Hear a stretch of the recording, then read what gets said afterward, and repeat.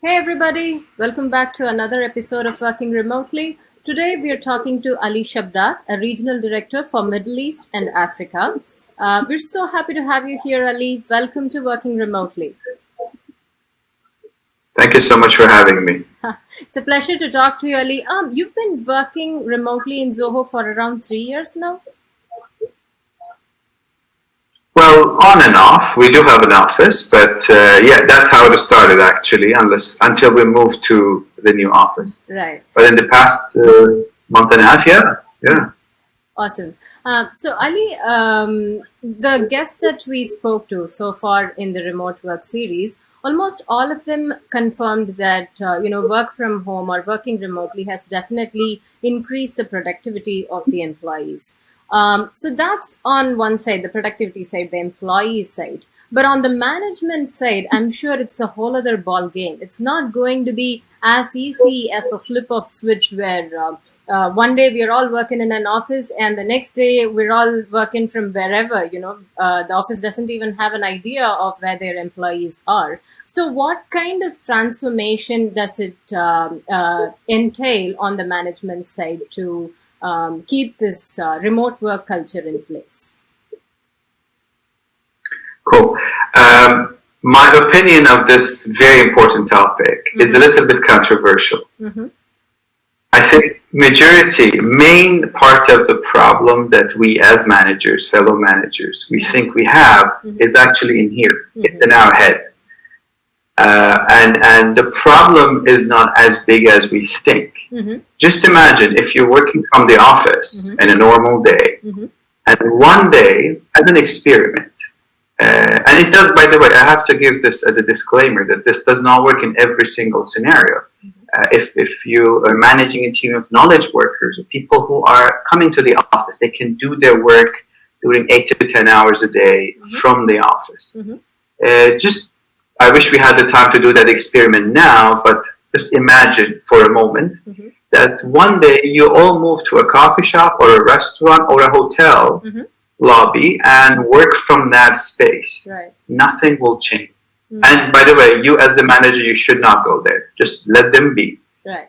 So again, I think because we are bringing a lot of managerial culture from the 20th century, where big offices, open spaces, managers micro from every move, and productivity was so defined as hours spent on a job. That mindset is still there. We think we transformed a lot of processes, but if we go back, and now we have time to go back, we have time to do all kind of introspection, we'll see that some of these processes, if not most, do not belong to this day and age. So if I want to look at which areas we need to look back at, first we have to start with ourselves. As a manager, I want to look at why exactly do I need my team to be physically present a few meters away from? What kind of value does this add? Will they will this make them work harder? I don't believe so. I've been in different organizations, different cultures, different countries, companies of 5 to 10,000 people, or 15,000 people. And people who do not want to work for whatever the reason, they do that right next to their manager. And people who want to work, they do that even on a sick day from home. That is the mindset. So by letting your employees go, virtually, you're actually empowering them. You let them feel that they are not an automata. They're not just a silly robot that you expect them to do something on an hourly basis. Sure. They have some sort of autonomy. They can manage their time, their setup, what they're wearing, even. And then they will be focused on the value that they need to bring to the organization. This brings me to, by the way. And let's discuss a bit about other companies, a lot of SMBs and even mid and large size companies rapidly adopting themselves to the remote work culture, maybe because a lot of them even predict that this culture is probably here to stay. And in doing so, the first and the foremost thing that they are looking at is to adopt these new technologies, get their hands on these applications and technologies. So what would your word of advice be to these companies when they go out and choose a technology provider? And the reason I ask is there is a lot of security breaches and privacy challenges that's been discussed around recently. So not just that, there is also the cost that we have to keep in mind and many more things. So what is your word of advice to businesses that are choosing their technology partners? My 2 cents will be not to choose the technology. Mm-hmm. Do not start with choosing the technology. Mm-hmm. Start with what I mentioned in the beginning. Mm-hmm. Just look at your processes, look at your team, and ask the simple question: what are we trying to do here? Mm-hmm. Because imagine if I'm a business owner and I was doing what I was doing a month ago, mm-hmm. and now my reality has changed. Mm-hmm. If I go out today mm-hmm. buying technology, mm-hmm. I will buy it with the criteria of a month ago and before. Mm-hmm. When I had a sales department, when I had a marketing department, right. Maybe I no longer have 2 departments. Maybe there are 1 now. Mm-hmm. The functions don't go away, mm-hmm. but people go, details go. Mm-hmm. Maybe I add it to my team. It could happen actually. Mm-hmm. Like a company that is relying on door-to-door sales, their sales force is massively disrupted. Mm-hmm. So something that tracks them, a software that tracks them and allows them mobile access might not be the highest priority right now. Mm-hmm. Something that enables them to work remotely from the comfort of their couch mm-hmm. might be more important. Mm-hmm. So again, I want to stress on that. This sounds obvious, but in practice we see a lot of times mm-hmm. people come to us, of course, as one of the leading vendors, mm-hmm. and they did not have these answers. Mm-hmm. So we have to ask them, did you think about this? Did you think about that? Mm-hmm. Because the idea is not just to sell you software. Right. It's to see if this can help you solve your problem. Mm-hmm. Yeah? Right. So coming back to the technology, mm-hmm. once we figure that out, we need to know what obviously what our team needs to do. Mm-hmm. And what is the urgent versus important stuff that we need to do. Mm-hmm. Of course, virtual meetings nowadays have become the most important thing. Mm-hmm. Simply because we used to do a lot of useless meetings in our offices, in our boardrooms. A lot of useless meetings. All of us are guilty of that. Right. The client calls you, they want to see you, you have to drive, park, traffic, all of that, sit there 45 minutes, and it's just, pleasantries. Right. And then follow-up meeting, the negotiation meeting, the training meeting, all of these. So now we are moving this into virtual. Mm-hmm. And the good thing about it is that actually it's becoming more productive. That's what I see. Right. So far, people have less time to spend on virtual meetings, and less attention span, so I have to be laser focused on what I want to deliver. Mm-hmm. So again, see what the world wants versus what we need, and then choose the software. You mentioned something super important mm-hmm. that in desperate times gets forgotten mm-hmm. because it's intangible. Mm-hmm. The danger of it is not as visible as the bottom line or the bills that you have to pay at the end of the month. Mm-hmm. And it's how you manage your information. Yes. You used to have a local server mm-hmm. with VPN probably mm-hmm. Somewhere in your office or hosted remotely, and everything was awesome, and the IT team was taking backups every day. Mm-hmm. Now you have a team that are, taking your documents all over the place. Mm-hmm. Mm-hmm. The children have access to your documents probably. Yeah. Mm-hmm. It's on their desktops. One cup of coffee on the laptop, and boom, it's gone if it's not backed up properly. Yeah. So security mm-hmm. and safety of information mm-hmm. remains quite important. If we claim that we are GDPR compliant, for example, mm-hmm. are we still as GDPR compliant as we were 3 weeks ago? Yeah. Or do some of my employees print things at home that they're not supposed to print? Right. Because, they want to do their work, but there's no bad intention here, but they're printing personal information. Right. And then it's available to everybody else at home. Mm-hmm. And then without shredding them, because they don't have a shredder, why would anybody have a shredder at home? Right. Right. You just dump it in the garbage bin. Mm-hmm. And I can go on and on. So again, we need to be super careful to choose reliable technology, easy to use. There is no HR or IT available to train them, Right. and also cost effective and safe and secure.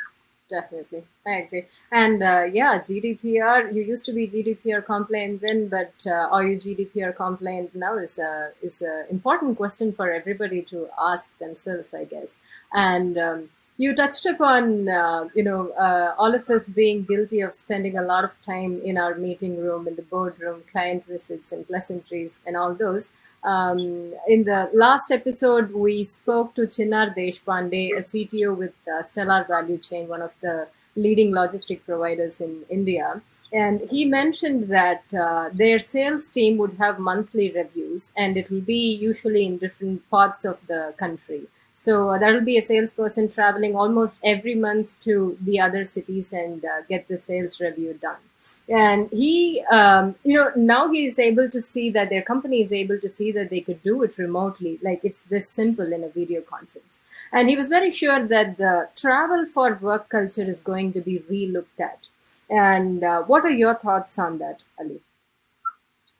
Absolutely. It will massively be disrupted. We see it ourselves.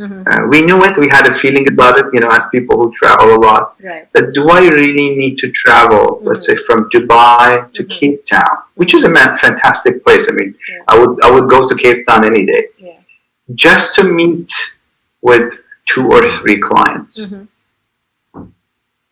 There is nothing that replaces the human touch. Shaking hands, sitting there, seeing each other's body language, but I argue that now we are learning to see each other's body language, or feeling more and more and more comfortable in this virtual setup. It's our brain; it's training itself as we speak. And so we will definitely revisit travel for events, for conferences. And also for meetings. And business trips will be massive for 2 reasons, I think. First of all, now we see the reality. We see that this reality is there, and I don't need to physically meet people. I am ready, and also my client is ready. The client who was so adamant, no, you have to come and meet me in person.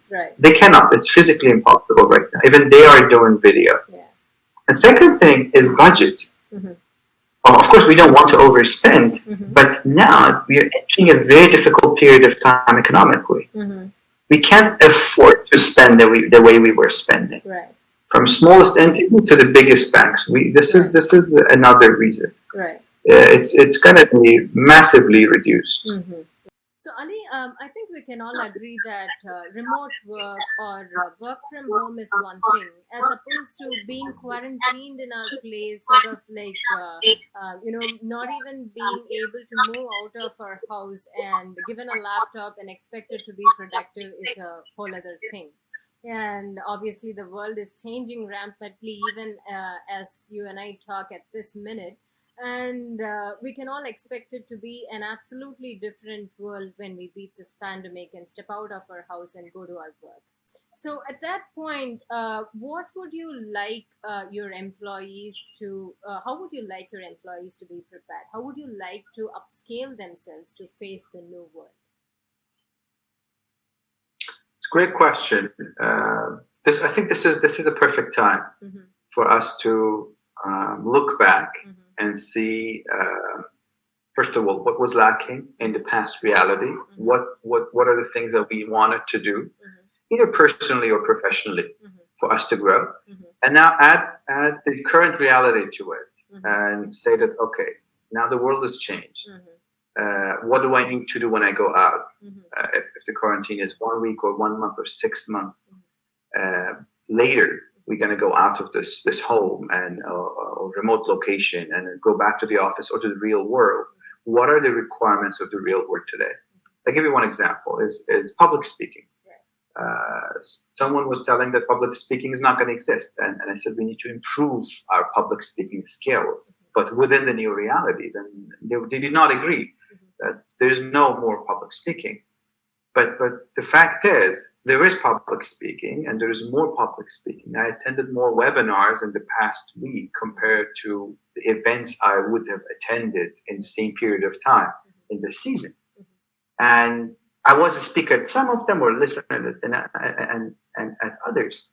And it is quite challenging to speak in this setup as the speaker. Now it's comfortable. I'm speaking with you. I have one audience. I can see you. I can see your facial expressions. But if I'm talking to a bigger audience, it's just a dark room. Everybody's judging you. You have zero visibility of what people's body languages or feeling is. You can't hear anything. Right. So talking to a green light in the camera is quite awkward, and it needs practice. Yeah. And I've seen actually in some of the webinars even a few days ago when people who I know, and I know they're amazing on stage, they were stuttering. They could not really get it all together, addressing 40 or 50 people virtually connecting, most of whom they knew personally. Yeah. The audience was not a stranger audience. So this is one example, and I think if you go back, you can find a lot of other examples of what are the things that you wanted to do and what are the things that you need to do today. Sure. If I want to divide it into two areas, some of us are more fortunate, the knowledge workers, the people who work in the office on day-to-day basis, and we do have our work. Right now, we are working full-time. Yeah. If remotely we are working full-time, probably even more. But and some of us are not as fortunate temporarily. Either we are out of work now, which means we have more time and we have to be more prepared, or our industry, food and beverage, hospitality, trucking, luxury goods, jewelry, is massively disrupted. Either there's no use for that right now, or it's on a pause, and it does not exist. Right. So when we come out of quarantine, what do we need to do? What kind of skills do I need to quickly learn, either technical or soft skills that make me ready for my next job, my next gig, or even maybe I'm considering an entrepreneurial route. Right. So what do I need to learn in that route? Right. One thing not to forget is to make sure that we are physically and mentally healthy throughout this process, which means that, of course, we need to exercise, not to self. And also we need to focus on the things that makes us happy. And I can say from personal experience that binge watching Netflix does not make me happy in the long run. It's just a placebo effect for 4 hours, and then after that there's this pain that engulfs my body and my soul. But then coming back to that, maybe you can pick up a hobby and learn something you always wanted to learn. So we're going to come out of this quarantine healthier, better, with a better idea what we want to do. Absolutely. And one of my favorite writers was who used to take courses on creativity was going on the video and telling that a lot of you complained that I have this day job, I don't have time for creativity and all of those things, and now you have all the time that you need to focus on your creativity, which is ultimately going to keep you mentally healthy. So you have no more excuses anymore. And I want to discuss with you is, the relationship between an employer and an employee is symbiotic. At least that's how it has to be. And I want to re-emphasize this point at this difficult times, So what would we each have our responsibilities towards one another. And what would your word of advice be to an employer that is outside and to an employee, like thousands and thousands of employees out there? What would you tell them? Well, it's hard to give advice to the generic audience, but I'll just share some things that I think are important or personal experience. At the end of the day, I know today we are not working from our office in our offices, but if we want our businesses to run, to survive, and then hopefully thrive, we still need people. Right. I see a lot of companies started, downsizing, either temporarily or permanently. They sever their relationship with their employees, especially sometimes core employees. I received a message from a friend, a business friend, last night, and they shared with me that they were let go. And I was wondering, I mean, of course, I feel bad and I want to help and all of that aside, but I was wondering, what was the employer's thinking?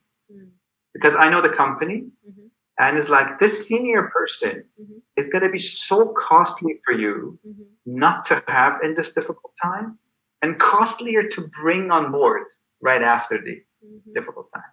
So yes, this symbiosis is there, but are we just anxious and just downsizing just to survive? Right. Which is understandable. I have to say, it is understandable. I cannot blame a business owner who is looking at the grim outlook of financials and trying to reduce their costs. Right.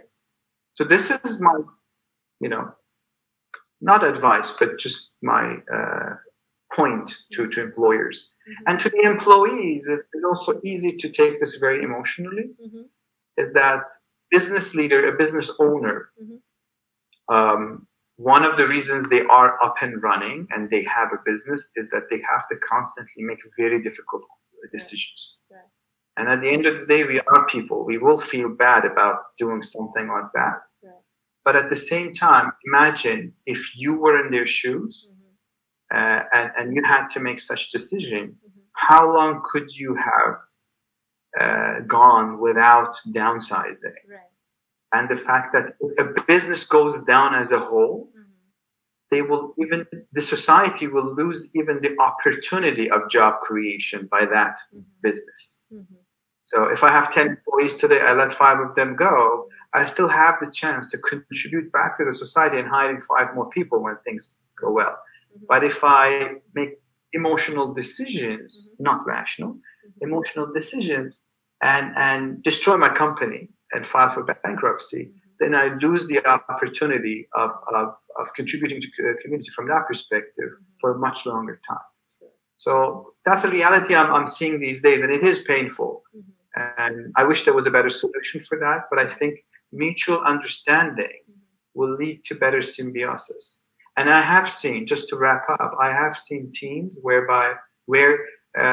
they believed so much in the mission, or they saw the reality, they empathized with the employer, and they met in the middle. They could find a common ground, middle ground, where the employee can help as much as they can. Right. And the employee is still contributing, because we are in the same boat, all of us together in a company. Yeah. And if either of us jump, the employer or the employee, then this is not going to end well. Yeah. So what if we just stick together and drink some seawater for some time, and then, just get to the shore. That is brilliant, and we can end in that note. Thank you so much for your time, Ali. Absolutely. Thank you so much. Appreciate that.